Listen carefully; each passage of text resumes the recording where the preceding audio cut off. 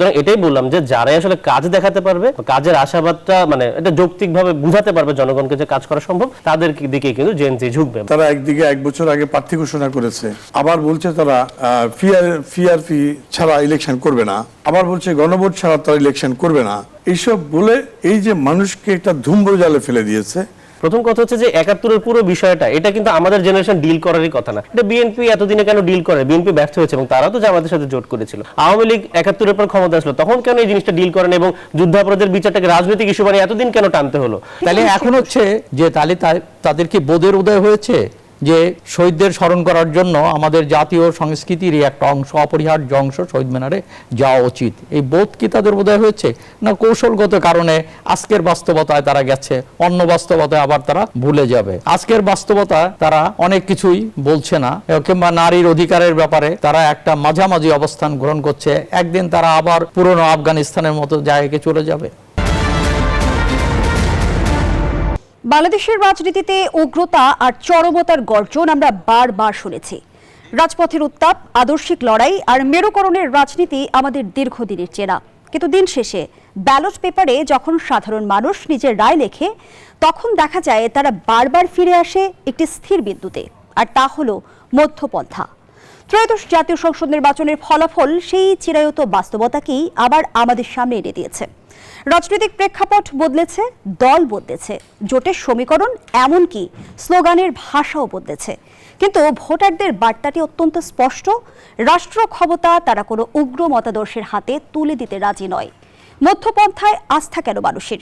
এই প্রশ্নের উত্তর খোঁজার চেষ্টা করব আজ। দর্শক, আমি ফার্নেস জয়ী, সবাইকে আমন্ত্রণ জানিয়ে শুরু করছি নিউজ 24 এর নিয়মিত আয়োজন জনতন্ত্র গণতন্ত্র। নিবেদন করছে RICL স্টিল। আজকের আলোচনা এগিয়ে নিতে স্টুডিওতে আছেন 3 জন সম্মানিত অতিথি। চলুন এ পর্যায়ে পরিচিত হই। আছেন আব্দুল ওয়াদুদ ভূঁইয়া, সংসদ সদস্য ও সহ সম্পাদক বিএনপি। সেই সঙ্গে আরও আছেন নাবিদ নওরোজ শাহ, যুগ্ম মুখ্য সমন্বয়ক এনসিপি। আরও আছেন আবু সাইদ খান, সিনিয়র সাংবাদিক। 3 জনকে আমন্ত্রণ জানাচ্ছি আজকের আলোচনায়। জনাব আব্দুল ওয়াদুদ ভূঁইয়া, আপনাকে দিয়ে আলোচনাটা শুরু করি। বলছিলাম যে মানুষ বারবার একটি স্থির বিন্দুতেই কিন্তু ফিরে আসে, সেটি হচ্ছে মধ্যপন্থা।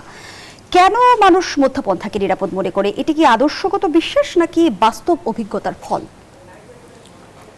এটা বেসিক্যালি বাস্তব অবস্থার প্রেক্ষিত। মধ্যপন্থা ছাড়া অন্য কোনো স্থানে ফিরে গেলে মানে ওয়ান সাইডেড হয়ে যায়। একটা সাইডে যাওয়া মানে স্টিম যাওয়া। যেমন দক্ষিণপন্থী যারা, দক্ষিণপন্থীদেরকে উগ্রবাদ, বিচ্ছিন্নতাবাদ এসবই বলা যায়। আবার যদি আপনি তার অপোজিটে যান, সেটা হয়ে যায় অনেকটা মানে কমিউনিজম এবং কমিউনিস্ট ইত্যাদি। তো আমরা কাউকেই আমি কাউকে ছোট করে বলছি না, বরঞ্চ মাঝামাঝি অবস্থানটা সবসময় উত্তম। সেজন্যই মধ্যমপন্থাটা মানুষের ব্যক্তি জীবনে, সামাজিক জীবনে, রাষ্ট্রীয় জীবনে আমি মনে করি উত্তম। তাহলে কি মধ্যপন্থা চরমপন্থার ভয় থেকে জন্ম নেয় একটি রাজনৈতিক আশ্রয় মাত্র? No, never. বরঞ্চ চরমপন্থাকে প্রতিহত করার জন্য মধ্যপন্থা একটা ভালো অস্ত্র, ভালো রাস্তা, উত্তম পন্থা। চরমপন্থাকে ঠেকানোর জন্য মধ্যপন্থায় উত্তম পথ। কিন্তু এবার কি আমরা বিগত সময়ের সমীকরণ পাল্টে যেতে দেখেছি? ত্রয়োদশ নির্বাচনের পরিসংখ্যান যদি আমরা বিশ্লেষণ করি, হ্যাঁ, যেমন আমরা তো দেখলাম যে এবার ডানপন্থীদের উত্থান ঘটেছে। এটাকে উত্থান বলে না, উত্থানের চেষ্টা, এবং সেখানে অনেক মেকানিজম ছিল। ডানপন্থীদের উত্থান বলতে দক্ষিণপন্থী, আমি ডানও বলবো না, ডান তো অনেকেই থাকতে পারে, মানে চরম ডান, দক্ষিণপন্থা যাদেরকে বলা যায়, তাদের উত্থানটাকে আপনি এটাকে উত্থান বলা যাবে না। উত্থান হলে তারা সরকার গঠন করতো, তারা তো সরকার গঠন করতে পারেনি। তারা অনেক ভাইব তুলেছে, অনেক আওয়াজ তুলেছে, এবং তারা অনেক মিথ্যার আশ্রয় নিয়েছে।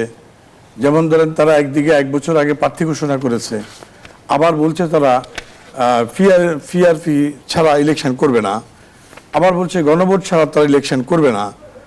এইসব বলে এই যে মানুষকে একটা ধুম্বর জালে ফেলে দিয়েছে। পাশাপাশি তারা আবার ইলেকশন করতে গিয়ে বলছে যে আপনার ওদের দাঁড়িপাল্লা মার্কায় ভোট দিলে বেহেশতে যাওয়া যাবে। তো আমাদের দেশের বেশিরভাগ মানুষই ধর্মবিশ্বাসী, এবং অনেকেই আবার মানে সামাজিক শিক্ষা, একাডেমিক শিক্ষার ঘাটতি আছে, ধর্মীয় অনুভূতিতে চরমভাবে তারা বিশ্বাস করে। তো তাদের ধারণা, এমন একটা ধারণা তারা সৃষ্টি করেছিল যে দাঁড়িপাল্লায় ভোট দিলেই মনে হয় যেন বেহেশত পাওয়া যাবে। এবং এমনও বলেছে তাদের জামায়াত ইসলামের একজন মৌলানা আমির হামজা, যিনি ভালো ওয়াজ করেন, তিনি বলেছেন যে দাঁড়িপাল্লায় ভোট দিলে 18 কোটি মানুষের নামাজের সওয়াব আপনি একাই পাবেন। এই বিশ্বাসগুলো কিছু কিছু অবুঝ মানুষের মধ্যে চাপিয়ে দেওয়া হয়েছে। এবং ইনসাফের কথা তারা বলছে বারবার। তো ইনসাফ তো সবাই পছন্দ করে, কিন্তু সত্যিকার অর্থে ওরা নিজেরাই ইনসাফ কায়েম করে কিনা, ইনসাফ মানে কিনা। কিন্তু জামায়াতের আমির তো আবার ভিন্ন অভিযোগ করছে। তিনি বলেছেন যে ভোটে হারানোর কায়দাগুলো চিনে নিয়েছি, এবং তার অভিযোগ ভোটে কায়দা করে জামায়াত ইসলামীকে হারানো হয়েছে এবং কায়দাগুলো চিনে নিয়েছে, আগামীতে সবাই মিলে সকল ঘাটে শক্ত পাহারা দেব। এটা তো পাহারা দেওয়া উচিত, এটা যে কেউ পাহারা দেবে, আমরাও পাহারা দেব। হ্যাঁ, আমরা বা অন্যরাও তো এখন থেকে সতর্ক যে ওরা যে ভুলভাল জিনিসগুলো মানুষকে বুঝিয়েছে, প্রতি পরিবারে 15-20 হাজার টাকা দিয়ে ভোট কিনেছে, এই রাস্তাগুলো তো অন্যরা বন্ধ করবে। এবং আসলে যে দাঁড়িপাল্লায় ভোট দিলে বিমানের টিকিটও পাওয়া যায় না, এটাও তো আমরা জনগণকে বিশ্বাস করি। তিনি আরো দাবি করেছেন যে এবার মানুষ পরিবর্তনের পক্ষে ভোট দিয়েছে। জামায়াতের আমির বলেছেন, আমরা সংস্কার এবং নতুন বাংলাদেশের পক্ষে হ্যাঁ ভোট দিতে বলেছিলাম, 69% মানুষ সেই হ্যাঁ ভোট দিয়েছে। যারা ক্ষমতায় আছেন তারা বলেছিলেন না ভোট দিতে। এটাই প্রমাণ করে যে সংখ্যাগরিষ্ঠ মানুষের ভালোবাসা ও ভোট পাননি।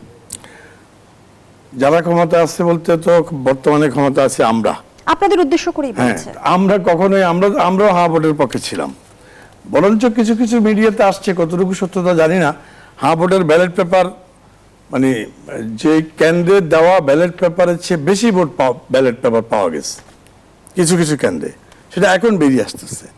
তাহলে দেখা যাচ্ছে জামায়াত ইসলাম হ্যাঁ ভোটের ব্যালট পেপার ওই যে মানে ঢাকা বিশ্ববিদ্যালয়ের ভোটের মতো নীলক্ষেতে যেমন 1 লক্ষ ব্যালট পেপার ছাপাইয়া ছেড়ে দিচ্ছিল, ঠিক অনুরূপভাবে তারা হয়তো ভুয়া মানে কিছু নকল ব্যালট পেপার ছাড়িয়ে দিয়েছিল হানার। যদি সেটা করার তাদের সুযোগ থাকতো তাহলে তো জাতীয় সংসদ নির্বাচনে একই পন্থা অবলম্বন করা সেটা সম্ভব হয়নি, কারণ সবার তো অ্যাটেনশন জাতীয় সংসদের দিকে, মার্কার দিকে, ধানের শীষ বা পাল্লা বা অন্যান্য প্রার্থীর আপনি দিকে। বলতে চাইছেন গণভোটে ইঞ্জিনিয়ারিং করেছে? আমি কনফার্মলি বলছি না, এরকম কিছু মিডিয়াতে আসতেছে, সোশ্যাল মিডিয়াতে দেখলাম, এটা নিয়ে আমি এখনো গবেষণা দেখিনি। তবে এরকমটা সন্দেহ করছি, যেহেতু তারা ইঞ্জিনিয়ারিং করার চেষ্টা করেছে, নিজেদের ভোটে ইঞ্জিনিয়ারিং করার চেষ্টা করেছে। যেমন তারা পুলিশকে এত বেশি ব্যতিব্যস্ত করে রাখছিল অভিযোগ, মিথ্যা অভিযোগ, ভুয়া অভিযোগ দিয়ে, যে অমুক জায়গায় আমাদের এজেন্ট বের করে দিয়েছে, সুনির্দিষ্টভাবে বলছে না কোন জায়গায় কোন কেন্দ্রে। পুলিশ গিয়ে দেখে যে না, এটা মিথ্যা, অমুক জায়গায় আমাদের নারী ভোটদেরকে আটক করছে, আটকাচ্ছে। তার মানে ইঞ্জিনিয়ারিং এর শঙ্কা করছেন আপনি? ইঞ্জিনিয়ারিং করার তারা প্রচুর চেষ্টা করেছে, আবারও ফিরছি প্রশ্ন চেষ্টা করছে। আমি ফিনিশিং 1 সেকেন্ড একটা খুব বলছি, এটা হলো ওভারঅল তারা যে দক্ষিণপন্থীর উত্থান যেটা বলছেন, এটা দক্ষিণপন্থীর উত্থান না, উত্থানের অপচেষ্টা ইঞ্জিনিয়ারিং, সেটার পতন হবে এই আমাদের কর্মকাণ্ডের মধ্য দিয়েই। নাবিদ নওরোজ শাহ, তরুণ প্রজন্মের মনস্তত্ত্ব যদি আমরা বুঝতে চাই, তারা কোন মতাদর্শে বিশ্বাসী? বিশেষ করে জেন জি কি আদর্শিক গোড়ামির চেয়ে পারফরমেন্স বেসড রাজনীতিকে বেশি পছন্দ করছে? নিঃসন্দেহে, কারণ আদর্শের রাজনীতি বাংলাদেশ আসলে গত 54 বছর দেখেছে এবং তাতে আসলে জনগণের খুব একটা উপকার হয়নি। তো জেনজি এখন হচ্ছে যে মানে কাজ দেখতে চায়। অবশ্যই আদর্শিকভাবে আমাদের যখন রাজনৈতিক দলগুলো হয় বা রাজনীতিবিদরা রাজনীতিতে নামেন, প্রাথমিকভাবে কিন্তু তাদের আদর্শটাই তাদের কাছে ম্যাটার করে, যে আমি কোন দলটাকে করব। তো এটা কিন্তু জেনজি রেজাল্ট দেখতে চায়। এই কারণে কিন্তু মানে অনেক ক্ষেত্রেই দেখা যাবে যে আদর্শের মানে একদম যদি মতামত নাও মিলে, তারপরও জেনজি যদি পারফরমেন্স কার ভালো হতে পারে, আপনি যেটা বললেন, সেদিকে কিন্তু ভোটটা দেবে। এবং এটা কিন্তু আমরা বিশেষ করে এই ছাত্র সংসদ নির্বাচনগুলোতে কিন্তু শিবিরের যে 5টা ক্যাম্পাসে যে এখান থেকে দেখতে পেয়েছি। এর মানে কিন্তু এই না যে ওই 5টা ক্যাম্পাসে সবাই আসলে শিবির করে বা সবাই আসলে জামাতকে সাপোর্ট করে। ওই ক্যাম্পাসের ছেলেমেয়েরাই কিন্তু দেখা যাবে অন্য মানে তাদের হয়তো কনস্টিটিউশনতে গিয়ে তারা শাপলাগুলিতে ভোট দিয়েছে অথবা ধানের শীষে ভোট দিয়েছে, সবাই কিন্তু এমন আছে দাঁড়িপাল্লায় ভোট দিয়েছে। সুতরাং এটাই বললাম যে যারাই আসলে কাজ দেখাতে পারবে, কাজের আশাবাদটা মানে এটা যৌক্তিকভাবে বুঝাতে পারবে জনগণকে যে কাজ করা সম্ভব, তাদের দিকে কিন্তু জেনজি ঝুঁকবে। বা ত্রয়োদশ নির্বাচন আমরা এবার দেখেছি যে মোট ভোটারের ভোটারের 1/3 ছিল তরুণ ভোটার, প্রায় 4.25 কোটি। সেই ভোটারদের বেশিরভাগই তাহলে কি মধ্যপন্থায় আস্থা রেখেছে? না, এটা আমরাও বিশ্বাস করি, কারণ এনসিপি নিজেও একটি মধ্যপন্থী দল। কারণ আমরা বিশ্বাস করি যে বাংলাদেশে মধ্যপন্থা ছাড়া আসলে রাজনীতি করা সম্ভব না। কারণ আপনি পজিটিভলি নেন না নেগেটিভলি নেন, বাংলাদেশের মানুষ এরকম যে তারা 5 ওয়াক্ত নামাজও পড়বে, একই মাঠে দেখা যাবে তারা আজকে রাতে মাহফিল করলো, পরের রাতে কিন্তু আবার যদি ওই আগে মমতাজ গান গেতে যাইতো তখন সেই গানও তারা শুনতে যাইতো। তো এটাকে আপনি যেভাবেই এক্সপ্লেইন করেন, আপনি ধর্মীয় বিধিনিষেধের দিক থেকে এক্সপ্লেইন করতে চাইলে এক ধরনের আলাপ, কিন্তু যদি আপনি তার মনস্তাত্ত্বিক বিষয়টাকে আমরা বুঝতে চাই, বাংলাদেশের মানুষ মানে বাই ডিফল্ট হচ্ছে মধ্যপন্থী মানুষ। সুতরাং রাজনীতি আপনাকে এটা নিয়ে করতে হবে, এটা নিঃসন্দেহ। মানে ভাইয়ের কয়েকটা কথা আমি রেফারেন্স একটু দ্বিমত পোষণ করব, যে চরম ডানপন্থার উত্থান কিন্তু আসলে ঘটেনি। জামাতও যদি বলি, আমি জামাতকে ডিফেন্ড করবো না, চেষ্টা বলেছি, কিন্তু তারা কিন্তু চরম ডানপন্থী দল না, তারা ডানপন্থী দল হতে পারে। সুতরাং এটার মধ্যে কিন্তু একটা বড় পার্থক্য আছে। ডানপন্থী আর মধ্যপন্থী কি সমান্তরালে চলতে পারে? না, এটা সমান্তরালে চলার কোনো বিষয় না। যেমন আমাদের সাথে এবার জামায়াতের জোটটা কেন হয়েছে, আমরা কিন্তু আদর্শিক জোট করিনি, এটা আমরা একদম ক্লিয়ার করেছি। এটা ছিল নির্বাচনী জোট। কেন আমরা করেছি? কারণ আমরা দুর্নীতির বিরুদ্ধে, আমাদের জোটটা ছিল দুর্নীতি বিরোধী, আধিপত্য বিরোধী এবং সংস্কারের পক্ষে এগুচ্ছেন। সরি, আরেকবার। সামনের দিনে রাজনৈতিক জোট গড়ার পথে এগুচ্ছেন। না, এটা আমরা বলেছি যে যেহেতু আমরা বিরোধী দলগুলো যদি যুগপথ আন্দোলন করা লাগে, তাহলে তো বিরোধী দলগুলো হয়তো একসাথে নামবে। কিন্তু আমরা কিন্তু এটা এখন আমি আজকে ওপেন মিডিয়াতে ক্লিয়ার করছি যে এটি নির্বাচনী জোট ছিল, আদর্শিক নয়। এনসিপি কি জামায়াতে বিলীন হবে? এনসিপি কখনোই হবে না, কখনোই হবে না। এনসিপি নিজস্ব আদর্শ আছে। যেমন আমাদের যদি আমরা 71-এর মুক্তিযুদ্ধ নিয়ে বলি, আমরা নারী ক্ষমতায়ন নিয়ে বলি, ধর্মের ব্যবহার নিয়ে বলি, শাসনতন্ত্রে, এই 3টা পয়েন্টে অন্তত জামাতের সাথে আমাদের একদম ভিজিবল ডিফারেন্স আছে, এবং এটা থেকে কিন্তু এনসিপি কখনো সরে আসবে না। যদি জামাতেরও এমন কোনো মেসেজ দেখা যায় যেটা কন্ট্রাডিক্টরি আমাদের চিন্তা ভাবনা বা আদর্শের সাথে, সেটা কিন্তু আমরা প্রকাশ্যেই বলবো, এবং আমাদের রাজনীতিটা প্রকাশ্যেই থাকবে। যে বিষয়গুলো সেগুলো পয়েন্ট আউট করছেন, এবং মূল বিষয় কিন্তু শুধু এই 3টা না, অনেক কিছু, আমি কয়েকটা উল্লেখ করে দিলাম। কিন্তু সেই বিষয়ে জামায়াত ইসলামের মাঝামাঝি অবস্থানে আসার কোনো সুযোগ আছে কি? জামায়াত ইসলামী তো পরিবর্তন হচ্ছে। প্রথম কথা হচ্ছে যে 71-এর পুরো বিষয়টা, এটা কিন্তু আমাদের জেনারেশন ডিল করারই কথা না। এটা বিএনপি এতদিনে কেন ডিল করে? বিএনপি ব্যর্থ হয়েছে এবং তারাও তো জামায়াতের সাথে জোট করেছিল। আওয়ামী লীগ 71-এর পর ক্ষমতা আসলো, তখন কেন এই জিনিসটা ডিল করেন এবং যুদ্ধাপরাধের বিচারটাকে রাজনৈতিক ইস্যু বানিয়ে এতদিন কেন টানতে হলো? জামায়াতের এখন যারা আছে তারা কি যুদ্ধাপরাধী কিনা, আপনি সেই প্রশ্ন করতে পারেন। এবং আমাদের সাথে যে জোটটা হচ্ছে, আমরা কিন্তু বারবার পরিষ্কার করেছি যে 71 এবং 24-কে আমরা কোনোভাবেই আলাদা করি না। সুতরাং এটা নিয়ে যদি জামাত কখনো কন্ট্রাডিক্টরি কোনো স্টেটমেন্ট দেয়, তার বিরুদ্ধে আমাদের অবস্থান থাকবে। অসংখ্য ধন্যবাদ জানাচ্ছি আপনাকে জনাব আবু সাঈদ খান। বাংলাদেশের রাজনীতিতে মধ্যপন্থা কি কেবল সুবিধাবাদ, নাকি সামাজিক স্থিতিশীলতার অন্যতম স্তম্ভ? মধ্যপন্থা তো কোনো আদর্শকে প্রতিধ্বনিত করে না। মধ্যপন্থা অনেক রকম হতে পারে। যেমন একটা মধ্যপন্থা আছে রাইট অফ দ্য সেন্টার, মানে ডান রাজনীতির মধ্যপন্থা। আর একটা আছে লেফট অফ দ্য সেন্টার, মানে লেফটের সেন্টার। তো দুইভাবে মধ্যপন্থা হতে পারে। তো এখন ব্যাপার হচ্ছে, এবার এই মধ্যপন্থার পক্ষে রায় দিয়েছে এমনটা আমি মনে করি না। মানুষ একটা স্থিতিশীল অবস্থা চেয়েছে, গণতন্ত্র চেয়েছে, রাজনৈতিক ধারাবাহিকতা চেয়েছে, তার পক্ষে তারা রায় দিয়েছে। এবং সেই রায়ের নিঃসন্দেহে আজকের বিবেচনায় সেখানে বিএনপি ছিল তাদের কাছে অধিকতর গ্রহণযোগ্য দল। কেননা এখানে জামাতকে তারা বিএনপির বিকল্প হিসেবে জনগণ ভাবে নাই। কেন? তার জামাতের 71-এর ভূমিকা এটা রয়ে গেছে, 71-এর ভূমিকা রয়ে গেছে, নারী স্বাধীনতার প্রশ্ন ইত্যাদি প্রশ্নে জনগণ, সাধারণ মধ্যবিত্ত সমাজ এবং ব্যাপক জনগোষ্ঠীর মধ্যে জামাতের ব্যাপারে একটা রিজার্ভেশন রয়েছে। এবং জামাত নিজেকে গ্রহণযোগ্য করার জন্য তেমন উল্লেখযোগ্য কোনো উদ্যোগ গ্রহণ করে নেই। 71-এর তার অপরাধের জন্য আনুষ্ঠানিক ক্ষমা চায়নি। যদিও বলছে যে যদিও ভুল করে থাকি, সব ভুলের জন্যই ক্ষমা চাই ইত্যাদি এই ধরনের কথাবার্তা বলছে, কিন্তু আদর্শিক মানে আনুষ্ঠানিকভাবে কিংবা তার দলে রেজুলেশন করে কোনো ক্ষমা চায়নি। এবং এইটা রয়ে গেছে। তার দলের রাজনীতির পরিবর্তন করছে, কিন্তু সেই পরিবর্তন তার আদর্শিক পরিবর্তন কিনা, নাকি সেটা একটা কৌশল। নির্বাচনের আগে আমরা দেখেছি ভারতীয় গণমাধ্যমে জামায়াতের আমির জানিয়েছিল যে তারা এখন উদারপন্থী মধ্যপন্থা দল। এটা বলেছে, কিন্তু বাস্তবে আমরা কি দেখছি, যেমন ধরুন যে জামাত শহীদ মিনারে গেছেন, তো প্রশ্নের জবাবে বলছে যে এটা রাষ্ট্রীয় আচার।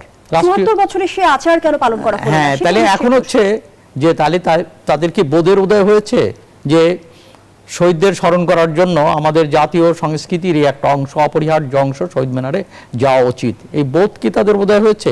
না কৌশলগত কারণে আজকের বাস্তবতায় তারা গেছে, অন্য বাস্তবতায় আবার তারা ভুলে যাবে। আজকের বাস্তবতায় তারা অনেক কিছুই বলছে না, কিংবা নারীর অধিকারের ব্যাপারে তারা একটা মাঝামাঝি অবস্থান গ্রহণ করছে, একদিন তারা আবার পুরনো আফগানিস্তানের মতো জায়গায় চলে যাবে, এইসব ব্যাপারে জামাতেরকে মানুষ বিশ্বাস করে নাই। তারপরে মানুষ জামাত অনেক ভালো ভোট পেয়েছে, সেটা হচ্ছে তার কতগুলো সংগঠন অত্যন্ত সংগঠিত ছিল, জামাত যতটা সংগঠিত ছিল না। সোশ্যাল মিডিয়াতে জামাতের যে ভূমিকা ছিল কিংবা যে উপস্থিতি ছিল সেটা বিএনপির ছিল না, একটা দিক। তো বিএনপির চেয়ে তার দলটা অনেকটা সংগঠিত, এক।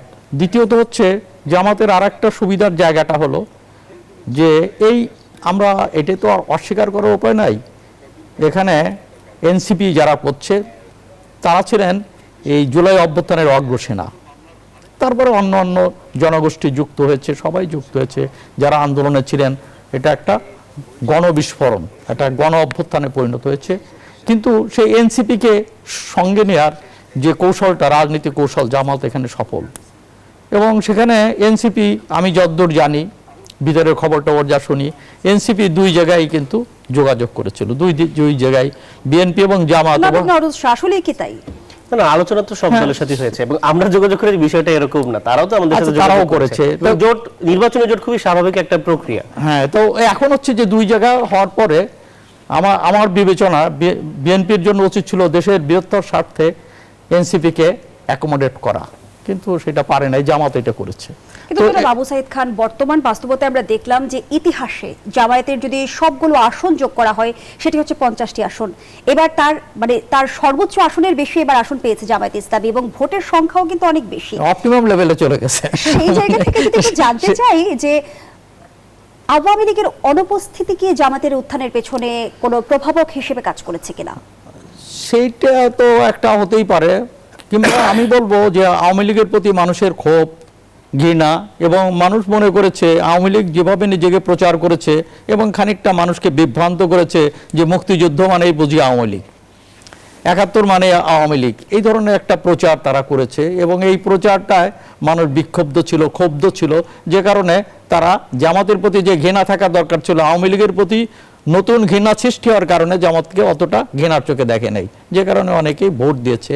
এবং এইবারকার ভোটটা কিন্তু খুব আদর্শভিত্তিক ভোটিং হয়েছে তা না। ভোটিং প্যাটার্ন দেখলে আমরা বিভিন্ন জায়গা যদি এটা আমরাকে অ্যানালাইসিস করি, তো অনেক জায়গা প্রার্থীকে দেখেছে যে এটা যোগ্য প্রার্থী কিনা, তার জায়গা হচ্ছে বিএনপি শান্তি শৃঙ্খলা কারা আনতে পারে, দেশ পরিচালনার অভিজ্ঞতা কাদের আছে। সেই ক্ষেত্রে অনেক মধ্যবিত্ত শিক্ষিত সমাজ মনে করেছে যে দেশ পরিচালনার অভিজ্ঞতা বিএনপি রয়েছে, যে অভিজ্ঞতাটা জামাতের নেই। এবারে আমরা ইতিহাসে প্রথমবারের মতো দেখলাম যে গণভোট এবং জাতীয় সংসদ নির্বাচন একই দিন অনুষ্ঠিত হলো। জাতীয় সংসদ নির্বাচনের ফলাফলকে কেন্দ্র করে কিন্তু নতুন সরকারও গঠন হলো, কিন্তু গণভোট নিয়ে এখনো বিতর্ক রয়ে গেছে। সে আলোচনায় ফিরতে চাই বিরতির পর।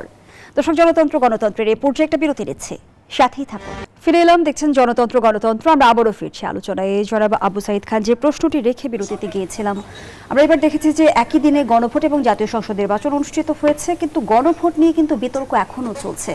সংবিধানে গণভোট নেই, কিন্তু যেমনটি বদিউল আলম মজুমদার বলেছেন, গণভোট হলো জুলাই সনদের সর্বোচ্চ বৈধতা এবং বাস্তবায়ন করতে বাধ্য। কি বলবেন? প্রথমত হচ্ছে যে সংসদ নির্বাচন হয়েছে, কিন্তু যেটা সংস্কার পরিষদ, সংবিধান সংস্কার পরিষদের কিন্তু নির্বাচন হয় নাই। সংস্কারের একটা দাবিনামা অর্থাৎ জুলাই সনদ, তার পক্ষে মানুষ রায় দিয়েছে, ভোট দিয়েছে, কিন্তু নির্বাচিত হয় নাই। তো স্বাভাবিক কারণে সংসদ সদস্যরা তারা শপথ গ্রহণ করেছেন। তো এখন হচ্ছে যে সংবিধানে অন্তর্ভুক্ত হওয়ার আগেই শপথ গ্রহণ করা যায় কি না, এটা একটা বিতর্ক। এবং সেই বিতর্কে নির্বাচিত সদস্যরা তারা দ্বিভাগ হয়েছে। বিএনপি তারা মনে করেছেন যে সংবিধানে অন্তর্ভুক্ত হওয়ার আগ পর্যন্ত তাদেরকে শপথ গ্রহণের কোনো গণভোট হবার পরে বিতর্ক কেন? আগে কেন মীমাংসা করা গেল না? আগে এখানে আমার মনে হয় অন্তর্বর্তী সরকার তারা একটা ভুল পথে অগ্রসর হয়েছে। কেননা প্রথমত হচ্ছে যে গণভোট একটা মানে জুলাই সনদটা প্রণয়ন করা হলো এবং সেখানে অনেকে নোট অফ ডিসেন্ট দিয়েছে, বিএনপি নোট অফ ডিসেন্ট দিয়েছে, আরও কিছু কিছু দলের নোট অফ ডিসেন্ট দিয়েছে। তো এই জায়গা থেকে তারা যেটা জুলাই সনদ প্রণয়ন করলো, নোট অফ ডিসেন্টটা বাদ দিয়ে দিল। এটা একটা মূল মেসেজ গেল মানুষের মধ্যে যে কেন তাহলে এটা বাদ দেওয়া হলো। তার মানে অন্তর্বর্তী সরকারকে অনেক কিছু চাপিয়ে দেওয়ার চেষ্টা করেছে। খানিকটা তো চাপিয়ে দেওয়ার তো চেষ্টা করেছি, এবং অনেকে মনে করেছে যে এটা তাদের এজেন্ডা, কেননা তারা অলরেডি বাংলাদেশ ব্যাংকে নির্দেশ দিয়েছিল এবং সরকারি কর্মচারীদেরকে নির্দেশ দিয়েছে। ইলেকশন কমিশন এটা আপত্তি করায় তারা অগ্রসর হতে পারেনি, যে কারণে এটা তাদের এজেন্ডা মনে করেছে। অনেকে আবার মনে করেছে যে এটা বোধহয় জামাতের এজেন্ডা কিংবা জামাত এনসিপি এই জোটের এজেন্ডা, যদিও এনসিপি তখন পর্যন্ত নির্বাচনের আগ পর্যন্ত তারা এটাকে সই করে না, এখানে স্বাক্ষর দেয়নি। তো জনগণ নিয়ে এ ধরনের একটা বিতর্ক এটা শুরুতেই ছিল। ধন্যবাদ জানাচ্ছি জনাব আবু সাইদ খান। নাভিদ নওরোজ শাহ, বাংলাদেশ ব্যাংকে নতুন গভর্নর নিয়োগ দিয়েছে সরকার এবং প্রয়োজনেই বাংলাদেশ ব্যাংকের গভর্নরকে সরিয়ে দেওয়া হয়েছে এমন মন্তব্য করেছেন অর্থমন্ত্রী। সাংবাদিকরা তাকে প্রশ্ন করেছিল যে কোন বিবেচনায় সরিয়ে দেওয়া হলো, তিনি উত্তরে বলেছেন বিবেচনার কিছু নেই, একটা নতুন সরকার এসেছে, নতুন সরকারের প্রায়োরিটিজ আছে, পরিবর্তন খালি বাংলাদেশ ব্যাংকই হয়নি, পরিবর্তন অনেক জায়গায় হয়েছে এবং এটা তো হতেই থাকবে। তাহলে এই সিদ্ধান্ত কি পুরোপুরি রাজনৈতিক সিদ্ধান্ত? পুরোপুরি রাজনৈতিক সিদ্ধান্ত। কারণ যদি অর্থমন্ত্রী বা সরকারের যদি বাংলাদেশ ব্যাংকের গভর্নরকে সরাতে হয়, তাহলে তাকে আজকে ঘাড় ধরে গাড়িতে তুলেছে বাংলাদেশ ব্যাংকের অতিরিক্ত পরিচালক তৌহিদুল ইসলাম নামে একজন। এটা তো হতো না, এটা তো নিশ্চয়ই সরকারের কাউকে সরানোর পদ্ধতি না। এবং তিনি কিন্তু অর্থনীতি পুনরুদ্ধারে অসাধারণ কাজ করেছেন। তার অনেক ভুল ত্রুটি থাকতে পারে, সেগুলো নিয়ে আলোচনা হোক, আমাদের কোনো সমস্যা নেই, তদন্ত হোক, তারপরে তাকে সরাক। কিন্তু তার বদলে যাকে নিয়োগ দেওয়া হয়েছে তিনি হচ্ছে বিজিএমই এর বাংলাদেশ ব্যাংক সম্পর্কিত স্থায়ী কমিটির সদস্য। তিনি একজন সোয়েটার ব্যবসায়ী এবং তিনি নিজেও ঋণ খেলাপি ছিলেন। গত বছর পর্যন্ত তাকে বিশেষ বিবেচনায় মিউচুয়াল ট্রাস্ট ব্যাংকের 89 কোটি টাকার ঋণ মাত্র 2% পরিশোধ করায় বিশেষ বিবেচনায় তাকে ঋণ খেলাপি থেকে মুক্ত করা হয়েছে। এবং তিনি আরো একটি পরিচয়, বিএনপি নির্বাচন পরিচালনা কমিটির 23 নম্বর সদস্য ছিলেন মোস্তাকুর সাহেব, যাকে বাংলাদেশ ব্যাংকের নতুন গভর্নর নিয়োগ দেওয়া হয়েছে। সুতরাং এটা তো দিনের আলোর মতো পরিষ্কার, যেটি সম্পূর্ণ একটি রাজনৈতিক সিদ্ধান্ত। ধন্যবাদ জানাচ্ছি আপনাকে। আব্দুল ওয়াদুদ ভূঁইয়া, কি বলবেন এই বিষয়ে? এটি কি কেন্দ্রীয় ব্যাংকের উপর রাজনৈতিক নিয়ন্ত্রণ বাড়ানোর ইঙ্গিত? প্রশ্ন ওঠে না। কোথাও যদি একটা সমস্যা তৈরি হয়, সেই সমস্যার সমাধান দেওয়া সরকারের দায়িত্ব। আর সমস্যা সৃষ্টি হওয়ার জন্য যে সরকার ইন্ধন দিতে হবে তা না। গভর্নমেন্ট বাংলাদেশ ব্যাংকের গভর্নর পরিবর্তন করতে চাইলে সরকার তো একটা চিঠি দিয়ে পরিবর্তন করতে পারে। তাহলে সেখানে সরকার কেন কাউকে লেলিয়ে দিবে, কাউকে দিয়ে একটা উৎপাত তৈরি করবে? আমরা এখানে 4 জনে ঝগড়া করলাম, মারামারি করলাম, আমরা এখানে বললাম যে সিইউকে বাইর করে দাও, অন্যান্য স্টাফরা মিলে আপনার সহকর্মীরা সবাই মিলে আমরা একটা হয়েছে শুরু করলাম। তাহলে পরবর্তী স্টেপটা কে নেবে? কর্তৃপক্ষ নেবে, এখানকার মিডিয়া কর্তৃপক্ষ নেবে। কি করা দরকার? ওখানে পরিস্থিতির এমন একটা ঘটনার উদ্ভব হয়েছে শ্রমিকদের সাথে বা তৃতীয় শ্রেণী চতুর্থ শ্রেণীর কর্মচারীদের সাথে বা বাংলাদেশ ব্যাংকের অন্যান্য কর্মকর্তাদের সাথে। এই পরিস্থিতি সৃষ্টি হওয়ার পেছনে কারো ইন্ধন দেখেন? আমি মনে করি না। বাংলাদেশের বিভিন্ন প্রতিষ্ঠানে ইউনিয়ন আছে, বিভিন্ন পট পরিবর্তনের পর অনেকে সুযোগ নেওয়ার চেষ্টা করে। অনেক হয়তো অপরাধীরা বসে থাকে বড় জায়গাগুলোতে। যেমন বাংলাদেশে আমি একটু আগে বলছিলাম, তিতাসে যে দুর্নীতি অনিয়ম যে মহামারী আকার ধারণ করেছে বা আছে, এবং আওয়ামী লীগের আমলতে যারা বসে আছে, যেমন ওয়াসাতে যে 4-5 বার ওয়াসার এমডি না ডিজি কি বলে, তিনি আমেরিকা সহ বিশ্বের বিভিন্ন জায়গায় বাড়ি করে অবৈধ সম্পদের লুটপাট করে 4-5 বার ধরে বসে আছে। এরকম অনেকগুলো প্রতিষ্ঠান সেক্টরে এরকম কিছু লোক এখনো আছে। তো সেটা ওই প্রতিষ্ঠানগুলোর কর্মকর্তাদের মধ্যে একটা উত্তেজনা সৃষ্টি হতে পারে। অভিযোগের ভিত্তিতে আপনারা হতে পারে পদক্ষেপ নেবেন। এই পরিস্থিতি যেমন উদ্ভব হয়েছে, যেমনটি বলেছে যে যেখানে যেখানে প্রয়োজন সেখানে পরিবর্তন হবে, কিন্তু রাষ্ট্রপতি পরিবর্তন নিয়ে তো নানা আলোচনা হচ্ছে। সে বিষয়ে বিএনপির ভাবনা কি? প্রশ্নটি রাখছি, বিরতির পর ফিরছি। দর্শক, জনতন্ত্র গণতন্ত্রের এই পর্যায়ে আবারও বিরতি নিচ্ছি, সাথেই থাকুন। ফিরে এলাম, দেখছেন জনতন্ত্র গণতন্ত্র। আমরা আবারও ফিরছি আলোচনায়। জনাব আব্দুল ওয়াদুদ ভূঁইয়া, রাষ্ট্রপতি নিয়ে বিএনপির ভাবনাটা কি? রাষ্ট্রপতিকে অভিশংসন করে গ্রেপ্তারের দাবি জানিয়েছেন এনসিপির আহ্বায়ক নাহিদ ইসলাম, এবং আমরা যেমনটি দেখছিলাম যে রাষ্ট্রপতির প্রেস সচিব হিসেবে আবারও নিয়োগ পেয়েছেন মোহাম্মদ সরওয়ার আলম। বিএনপির ভাবনাটা কি?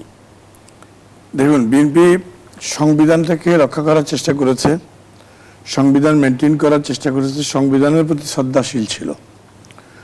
প্রেসিডেন্ট কার কোন দলের সেটার চেয়ে বড় কথা হলো, প্রেসিডেন্ট যদি সরে যেত, প্রেসিডেন্টকে যদি বাদ দেওয়া হতো, তাহলে কি দাঁড়াতো? এই নির্বাচনটা অনিশ্চিত হয়ে যেত। দেশে একটা গণতন্ত্র পুনরুদ্ধারের জন্য বা গণতান্ত্রিক একটা সরকার প্রতিষ্ঠার জন্য প্রলম্বিত হতো। অনিশ্চিত একটা অন্ধকার দিকে এগিয়ে যেত। এখন যেহেতু নির্বাচন হয়ে গেছে, এখন কি বিএনপি এখন অবশ্যই সংসদের পথে হাঁটবে নাকি রাষ্ট্রপতি তার মেয়াদ পূর্ণ করবে? অবশ্যই নতুন রাষ্ট্রপতি নিয়োগ করবে সংসদ, এবং সেই চিন্তাভাবনা অবশ্যই বিএনপি করবে, এবং এটা তো অতি স্বাভাবিক কথা। কিন্তু যেভাবে যারা মানে চাচ্ছে প্রেসিডেন্টকে তখনই নামিয়ে দেওয়া দরকার বা এটা করা দরকার সেটা করা দরকার, সেটা তো বিএনপির হাতে ছিল না। সেটা অন্তর্বর্তীকালীন সরকার কেন করলো না? বিএনপি ভেটো দিয়েছিল, এমনটি শোনা বিএনপি যায়। ভেটো দিয়েছে, যেটুকু দিয়েছে বিএনপির ভেটো কয়টা শুনেছে অন্তর্বর্তীকালীন সরকার? অন্তর্বর্তীকালীন সরকার তো বৈষম্য বিরোধী ছাত্র আন্দোলন নেতাদের কথা উদ্বাস করেছে, সচিব নিয়োগ দিয়েছে তাদের কোথায়, জামাতের কোথায়, পুলিশ নিয়োগ দিয়েছে জামাতের কোথায়। তো অতএব বিএনপি ভেটো দিয়েছে, এটা বড় কথা। বিএনপি কেন ভেটো দিয়েছে সেটাই বলেছি, যে একটা প্রেসিডেন্ট যদি না থাকে রাষ্ট্রের, তাহলে রাষ্ট্রটা অনিশ্চিত অন্ধকারে একদম পতিত পরিষ্কার। হয়। ধন্যবাদ জানাচ্ছি আব্দুল ওয়াদুদ ভূঁইয়া। নাভিদ নওরোজ, অন্তর্বর্তী সরকার আসলে রাষ্ট্রপতি বিষয়ে সিদ্ধান্ত নেয়নি কেন? না, অন্তর্বর্তীকালীন সরকার চেষ্টা করেছে একটা ব্যালেন্স করে তাদের টেনিউরটা শেষ করতে, এবং সেক্ষেত্রে তাদেরকে খুব একটা দোষারোপ করা যায় না, কারণ অন্তর্বর্তীকালীন সরকার এমন না যে শুধু আমাদের পরামর্শে গঠিত হয়েছে, সেখানে সব দলের কিন্তু মতামত ছিল, কিন্তু এনসিপির এবং প্রভাব ছিল এমনটি শোনা যায়। সব দলেরই প্রভাব ছিল, এবং অবশ্যই সেখানে বিএনপির প্রভাব সবচেয়ে বেশি ছিল, কারণ যতগুলো সচিব এনসিপি সচিব চিনবে কোত্থেকে? আমরা তো ছাত্র অবস্থা থেকে আমাদের বয়স হবে কতটুকু, বেশিরভাগ সচিব নিয়োগ পেয়েছে এখানে বিএনপির সুপারিশে, বেশিরভাগ পোস্টিং হয়েছে বিএনপির সুপারিশে, এবং বাণিজ্যও হয়েছে। এবং সংবিধানের কথা ভাই বলছিলেন, বিএনপি যদি সংবিধান এতই মেনে চলতে চাইতো তাহলে তো গণ অভ্যুত্থানে বিএনপি অংশই নিত না, তখন বলতো যে আমরা সংবিধান মেনে চলতে চাই, 5 বছর এই সরকার যাক, আমরা নির্বাচনের সময় দেখবো। তখন গণ অভ্যুত্থান তো সংবিধানের বাইরে গিয়ে হয়েছে, এবং তখন বিএনপির ছাত্রদল নেতারা তাহলে কিভাবে যাত্রাবাড়িতে গণ অভ্যুত্থান নেতৃত্ব দেয় যদি সংবিধান তাদের এতই মেনে চলার ইচ্ছা থাকে? নিশ্চয়ই আপনি অবগত আছেন 24-এর গণঅভ্যুত্থানে পুলিশ সদস্যদের হত্যার তদন্ত হবে এমনটি শোনা যাচ্ছে। জুলাই গণহত্যা বনাম পুলিশ হত্যা বিচারের ভারসাম্য আসলে কিভাবে রক্ষা হবে? পুলিশ হত্যা এটা ছিল একটা রিপালসিভ ইফেক্ট। এটা আমরা যখন পুলিশ নির্বিচারে গণ অভ্যুত্থানে অংশ নেওয়া ছাত্রদের, আন্দোলনকারীদেরকে হত্যা করেছে, তাদের উপর হামলা করেছে, এবং তারা কিন্তু আইন ভঙ্গ করে কাজটা করেছে, তারা মানবাধিকার আইন লঙ্ঘন করেছে, তারা পুলিশ প্রবিধান আইন ভঙ্গ করেছে, তারা সকল ক্রিমিনাল লয়াতে যা পড়ে সকল কিছু মানে নজিরবিহীন কাজ করেছে। এরপরে যদি এইটার মানে তাদের আত্মরক্ষার্থে ছাত্র জনতা যাই করে থাকে, তাহলে তো মুক্তিযোদ্ধাদেরও বিচার করতে হবে। তখন এটা কি কখনো একটা যুদ্ধের সময়, একটা অভ্যুত্থানের সময় এগুলো কোনোভাবে আপনি আইন অনুযায়ী এটা আনতে পারবেন না। কিন্তু প্রথম অ্যাকশনটা কারা নিয়েছে আপনাকে সেটা দেখতে হবে। সেটা যদি আইন বহির্ভূত হয়ে থাকে, তাহলে যাদের উপর অ্যাকশনটা নেওয়া হয়েছে তারা কি সেটার রিয়াকশন দেখাবে না? এটা তো মানে এখন যদি বলতে তাহলে সবচেয়ে বেশি এখানে বিচার করতে হবে ছাত্রদল নেতাদের, যেহেতু বিএনপি এখন পর্যন্ত বলেই আসছে যে তাদের গণ অভ্যুত্থানে তাদের স্টেক সবচেয়ে বেশি ছিল, তাদের সবচেয়ে বেশি শহীদ হয়েছে, তাহলে তো তাদের নিজেদের ছেলে মেয়েদেরকেও তাদেরকে কিন্তু বিচারের আওতায় আনতে হবে। আমি দেখতে চাই যে এটা আসলে সরকার কিভাবে করে। ধন্যবাদ জানাচ্ছি আপনাকে। জনাব আবু সাইদ খান, রাষ্ট্রপতির বিরুদ্ধে শপথ ভঙ্গের অভিযোগ করেছে জামায়াতে ইসলামী। আমরা নিশ্চয়ই আপনি অবগত আছেন, সাম্প্রতিক সময়ে এক জাতীয় দৈনিকে রাষ্ট্রপতির সাক্ষাৎকার ঘিরে কিন্তু রাজনৈতিক অঙ্গনে নানামুখী আলোচনা চলছে। সাক্ষাৎকার নিয়ে আপনার মন্তব্য, সেই সঙ্গে এই যে শপথ ভঙ্গের অভিযোগ, সেই বিষয়টি নিয়েও জানতে চাই। আচ্ছা, প্রথমত হচ্ছে যে উনি সাক্ষাৎকার দিতেই পারেন, কেন এটা তার গণতান্ত্রিক অধিকার। কেন উনি ওনার মতামত দিতে পারবেন না এমন তো কোনো কথা নেই। এবং এই সাক্ষাৎকার দেওয়ার রেওয়াজ রাষ্ট্রপতিরা বিভিন্ন সময় সাক্ষাৎকার তো দিয়েছেন, তো এইটাকে আমি আপত্তির কিছু দেখি না। আর একটা হলো যে পলিসিতে দেশ পরিচালিত হয়েছে, এখানে রাষ্ট্রপতির কোনো ক্ষমতা নাই। শেখ হাসিনার শাসন আমলে তো সেটা শেখ হাসিনার সরকার যে সিদ্ধান্ত নিয়েছে প্রধানমন্ত্রীর পরামর্শই তাকে চলতে হয়েছে। অন্তর্বর্তী সরকারের সময় ডক্টর মোহাম্মদ ইউনূসের পরামর্শে তাকে চলতে হয়েছে, এখন তাকে তারেক রহমানের পরামর্শে চলতে হবে। অতএব তার নিজস্ব কোনো ক্ষমতা নেই। তারপরে যেহেতু শেখ হাসিনার শাসন আমলে নির্বাচিত রাষ্ট্রপতি থাকবেন কিনা, তো এখানে অভিশংসনের দরকার নাই। রাষ্ট্রপতি তো বলে দিয়েছেন যে উনি পদত্যাগ করতে চান, অতএব সেইটা পদত্যাগেও সরকার সিদ্ধান্ত নিলে উনি পদত্যাগ করবেন। তো এবং সেইটা আমার কাছে মনে হয় যে অনেকটা সংযত আচরণ, এবং সেটা অনেকটাই। তিনজনকেই আমরা আমাদের আয়োজনের একেবারেই শেষ পর্যায়ে, দর্শক এখানেই শেষ করছে জনতন্ত্র গণতন্ত্রের আজকের আয়োজন। ধন্যবাদ এতক্ষণ আমাদের সাথে থাকার জন্য।